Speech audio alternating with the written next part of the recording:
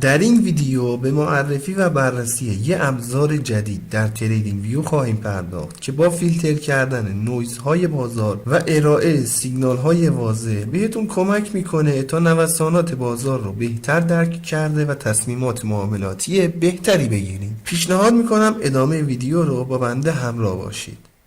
دوستان عزیز سلام، من علیرضا هستم و به کانال خودتون، کانال گلدن تریدینگ سیستم خیلی خوش اومدین. خیلی خوشحالم که با یه ویدیو دیگه میتونم در خدمتتون باشم. اندیکاتوری که در تصویر مشاهده میکنید یه ابزار مهم برای معامله‌گرانی هست که به دنبال کاهش نویز بازار و شناسایی دقیق روندها و نقاط بازگشت هستند. این اندیکاتور با استفاده از یه فیلتر به نام سوپر اسموتر به یک ابزار مهم برای شناسایی نقاط بازگشت قیمت و شناسایی روندهای بازار تبدیل شده که با فیلتر کردن داده‌های قیمتی در دو دوره زمانی متفاوت به طور مؤثری نویزها رو حذف و به معامله‌گران این امکان رو میده تا بدون توجه به نوسانات غیر ضروری بر روی سیگنال‌های مهم تمرکز کنند. اصلی ترین جزء اندیکاتور این خط هست که بهش سوپر اسموتر آسیلیتور گفته میشه و بالاتر و پایینتر از لول صفر نوسان میکنه. همونطور که خدمتتون عرض شد، اندیکاتور از دو دوره زمانی متفاوت استفاده میکنه تا این امکان رو فراهم کنه حرکات بلند مدت و کوتاه مدت قیمت با هم مقایسه بشن و اون رو برای استراتژی های دنبال کننده روند و بازگشت قیمت مناسب بسازه.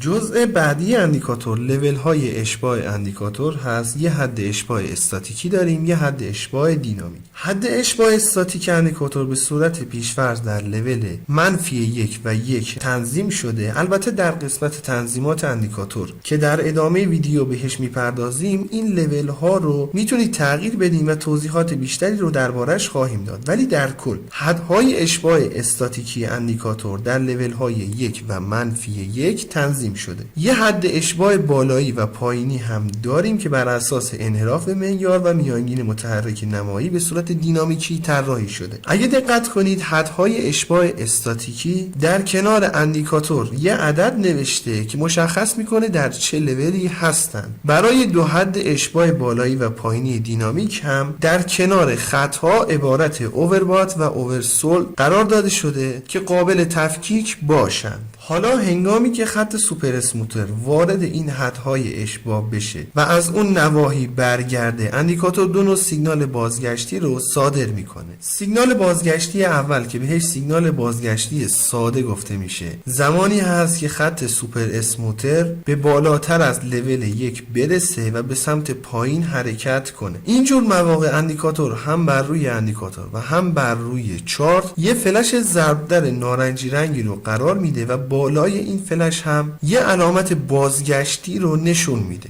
بالعکس هنگامی که خط سوپر اسموتر به پایین تر از لول -1 برسه و به سمت بالا حرکتی رو داشته باشه، اندیکاتور هم بر روی اندیکاتور هم بر روی چارت یه دایره آبی رنگی رو پایین قیمت قرار میده، ضمن اینکه یه علامت بازگشتی هم پایین این دایره آبی رنگ قرار میده که در تفکیک سیگنال های بازگشتی ساده میتونه بهتون کمک کنه. این که چجور میتونیم به نحو احسن از این فلش ها استفاده کنیم رو در ادامه خدمتتون توضیح میدم. اجازه بدین نوع دوم رو هم خدمتتون معرفی کنم. نوع دوم هنگامی هست که خط سوپر اسموتر به بالاتر یا پایینتر از سطوح اشباع خرید و فروش دینامیکی برسه و از اون منطقه برگرده. اینجور مواقع اندیکاتور علاوه بر فلش هایی که بر روی چارت و اندیکاتور قرار میده، این سری یه علامت مثبت بالا یا پایین این فلش ها هم قرار میده. به این نوع سیگنال ها دوستان سیگنال های بازگشتی قوی گفته میشه. بنابراین بر روی چارت از علامت مثبت یا علامت بازگشتی میتونید برای تفکیک اینکه سیگنال های بازگشتی ساده داریم یا سیگنال های بازگشتی قوی هم استفاده کنید.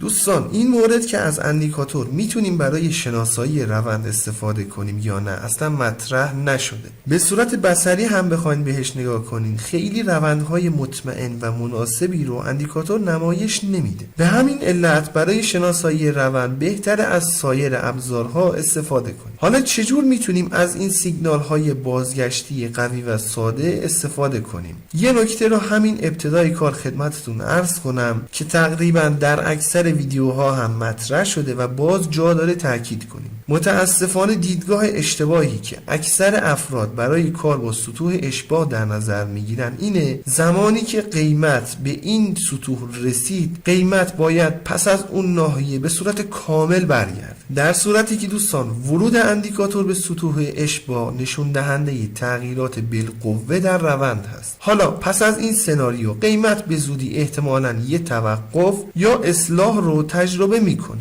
همونطور که مشاهده میکنید تمامی سیگنال های بازگشتی که روی چارت داریم مشاهده میکنیم یه اصلاح حداقلی رو دارن، ولی اینکه از همونجا قیمت برگرده و روند عوض بشه در اکثر مواقع این اتفاق نمیفته. برای بازگشت قیمت از این نواحی باید سایر فاکتورهای تحلیلی تکنیکی هم این موضوع رو تایید کنن تا اون موقع به صورت قطعی بگیم که قیمت از این نواحی برمیگرده، وگرنه ورود اندیکاتور به سطوح اشباع به تنهایی نمیتونه قطعیت برگشت روند رو اثبات کنه. این از نکته اول. نکته دوم که داریم درباره تفکیک سیگنال های بازگشتی ساده و قوی است. همونطور که در چارت مشاهده میکنید هنگامی که سیگنال های بازگشتی ساده رو داشتیم تقریبا 50% مواقع سبب برگشت روند شده و مابقی در حد یه اصلاح ساده رو در قیمت داریم مشاهده میکنیم. بنابراین زمانی که این سیگنال ها رو مشاهده کردین انتظار یه توقف از قیمت رو داشته باشین و اگر معامله ای رو دارین به نظرم بهترین زمان برای خروج از معامله زمانی هست که این سیگنال ها رو دریافت میکنیم. ولی برای سیگنال های بازگشتی قوی یکم داستان متفاوته. برای سیگنال های بازگشتی قوی باید یه مقدار صبر کنید تا سایر فاکتورهای تحلیلی تکنیکی بهتون برگشت روند رو اعلام کنه، بعدش برای پوزیشن در خلاف جهت روند اقدام کنید. به فرض مثال این سیگنال های بازگشتی هر دو خیلی سریع باعث برگشت قیمت شدن، ولی این مورد قیمت رفته یه قله بالاتر رو ایجاد کرده و بعدش از اینجا شروع به ریزش کرده. بنابراین با مشاهده این سیگنال ها صبر کنید سایر فاکتورهای تحلیلی تکنیکی بهتون بازگشت روند رو اعلام کنند، بعدش اقدام به معامله در خلاف جهت روند کنید. برای انداختن اندیکاتور روی چارت باید وارد سرورگ ایندیکیتورز بشیم. در تب سرچ بار عبارت اسموت پرایس آسیلیتور رو وارد کنیم. این اندیکاتور هست که توسط بیگ بلوگا طراحی شده. قبل از اینکه بخوایم گریز کوتاهی به قسمت تنظیمات اندیکاتور داشته باشیم میخوام ازتون درخواست کنم که اگر فکر میکنید اندیکاتور یا ویدیو مناسب هست لطفاً ویدیو رو لایک کنید. اگر هم دوست دارین با جدیدترین ابزارها آشنا بشین و نحوه کار باهاشون رو یاد بگیرین پیشنهاد میکنم کانال خودتون کانال گلدن تریدینگ سیستم رو سابسکرایب کنید و علامت زنگوله رو هم بزنید تا به محض انتشار ویدیوی جدید بهتون اطلاع داده بشه. بسیار خوب، گزینه اسموتینگ لینک در واقع همون پریود اندیکاتور هست که بر روی فیلتر مورد نظرمون اعمال میشه. قاعدتاً مقادیر بالاتر باعث میشه که اندیکاتور نوسانات رو در بلند مدت بررسی کنه و خطوط صافتری رو مشاهده میکنیم. مقادیر پایینتر باعث میشه که حساسیت اندیکاتور نسبت به نوسانات قیمت بالا بره و کوچکترین حرکات قیمت رو هم اندیکاتور در نظر بگیره. گزینه ترشولد هم مربوط به تعیین لول حد اشباع استاتیکی هست. به فرض مثال این عدد رو بر روی 2 قرار بدیم، این سری دیگه حدهای اشباع استاتیکی رو بر روی لول های 2 و -2 قرار میده. این گزینه دوستان با توجه به نمادی که کار میکنید و نوساناتی که اون نماد داره بایستی شخصی سازی بشه. شاید نمادی که کار میکنید نوسانات بالایی رو داشته باشه و مجبور بشین این عدد رو بالاتر قرار بدین. بالعکسش رو هم داریم، شاید نمادی که کار میکنید نوسانات ضعیفی رو داشته باشه. اون موقع همون لول 1 میتونه مناسب باشه و حتی شاید نیاز باشه که عدد کمتری هم قرار داده بشه. انشالله که براتون مفید باشه. رو قله میبینم دوست من.